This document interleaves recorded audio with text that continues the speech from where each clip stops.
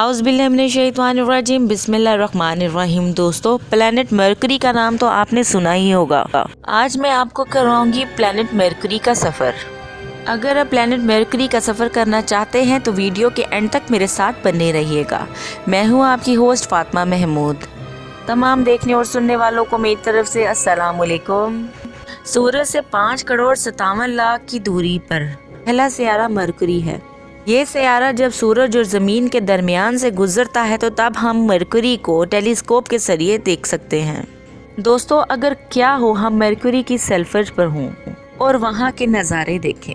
दोस्तों, ये सियारा सूरज के सबसे ज़्यादा पास है तो बहुत ही ज़्यादा गर्म है, मगर सबसे हॉट नहीं।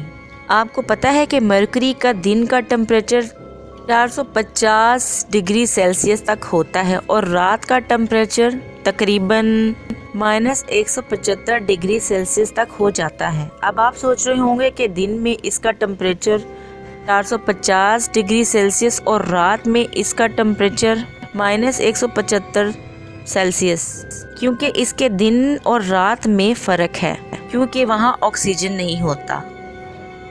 और ज़मीन से आप मरकरी के लिए सफ़र करेंगे तो जैसे जैसे आप इसके करीब जाते जाएंगे तो अब वो आपको ग्रे कलर का नज़र आएगा। आपको ऐसा लगेगा कि आप चांद देख रहे हैं और आपको इसमें बहुत बड़े बड़े और डूंगे डूंगे गड्ढे नज़र आएंगे।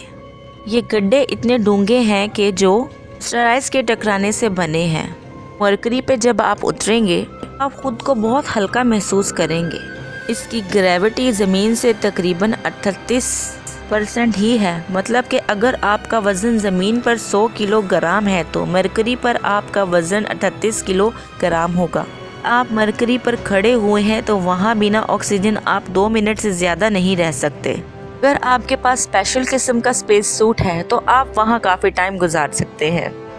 तो दोस्तों, आपको वहाँ रहने के लिए स्पेशल सूट की ज़रूरत पड़ेगी। जैसा कि आपको मैंने पहले भी बताया है कि यहाँ के दिन के टेम्परेचर में और रात के टेम्परेचर में बहुत फ़र्क है। अगर आप मरकरी से सूरज को देखेंगे तो सूरज आपको बहुत ही ज़्यादा करीब दिखाई देगा। मरकरी पर सूरज आपको ज़मीन की 3 गुना ज़्यादा बड़ा लगेगा और आप यहाँ महसूस करेंगे कि सूरज एक बार जो तलू हुआ तो गरूब होने का नाम नहीं लेगा।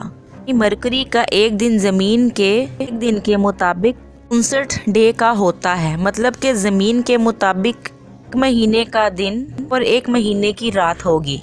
जरा सोचें कि कितना बड़ा दिन और कितनी बड़ी रात। उफ दोस्तों, जब आप मरकरी से आसमान की तरफ देखेंगे तो आपको आसमान हमारे आसमान जैसा दिन के टाइम नीला ही बल्कि रात के जैसा काला दिखेगा और दिन के टाइम सितारे भी नजर आएंगे। स्ट्रेंज है ना?